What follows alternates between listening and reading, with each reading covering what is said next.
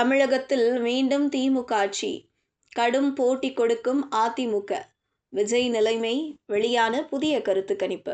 தமிழக சட்டமன்ற தேர்தலில் திமுக கூட்டணிக்கும் அதிமுக கூட்டணிக்கும் இடையே கடும் போட்டி நிலவும் என்றும், திமுக பெரும்பான்மையை பார்டரில் வந்து தொட வாய்ப்புள்ளதாக CNN நியூஸ் 18 கருத்து கணிப்பில் தெரிவிக்கப்பட்டுள்ளது.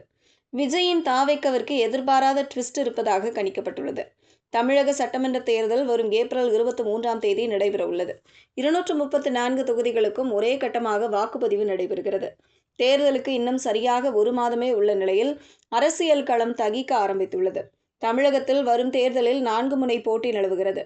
திமுக தலைமையிலான கூட்டணி, அதிமுக, பாஜக உள்ளிட்ட கட்சிகள் அடங்கிய கூட்டணி, விஜயின் தமிழக வெற்றிக் கழகம், சீமானின் நாம் தமிழர் கட்சி என 4 முனை போட்டி நிலவுகிறது. தேர்தல் நெருங்கி வரும் சூழலில் பல்வேறு செய்தி நிறுவனங்களும் கருத்து கணிப்பு முடிவுகளை வெளியிட்டு வருகின்றன. அந்த வகையில் CNN நியூஸ் 18 கருத்து கணிப்பு முடிவுகளை வெளியிட்டுள்ளது. இந்த கருத்து கணிப்பின்படி தமிழகத்தில் மீண்டும் திமுக கூட்டணி கட்சி 113 முதல் 123 இடங்களில் வெற்றி பெறும் என்று தெரிவிக்கப்பட்டுள்ளது.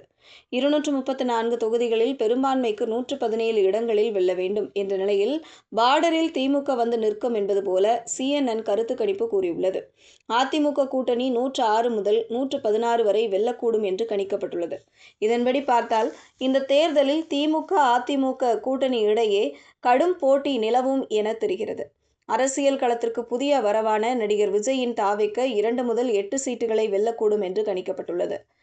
234 தொகுதிகளிலும் விஜய் கட்சி தனித்து போட்டியிட தயாராகி வரும் நிலையில் அந்த கட்சிக்கு 10க்கும் குறைவான தொகுதிகளே கிடைக்க வாய்ப்புள்ளதாக கூறப்பட்டுள்ளது. இதர தேர்தலில் திமுக +40.1%, அதிமுக +38.1%, தாவேக்காவுக்கு 14.8% வாக்குகள் கிடைக்கும் என கணிக்கப்பட்டுள்ளது.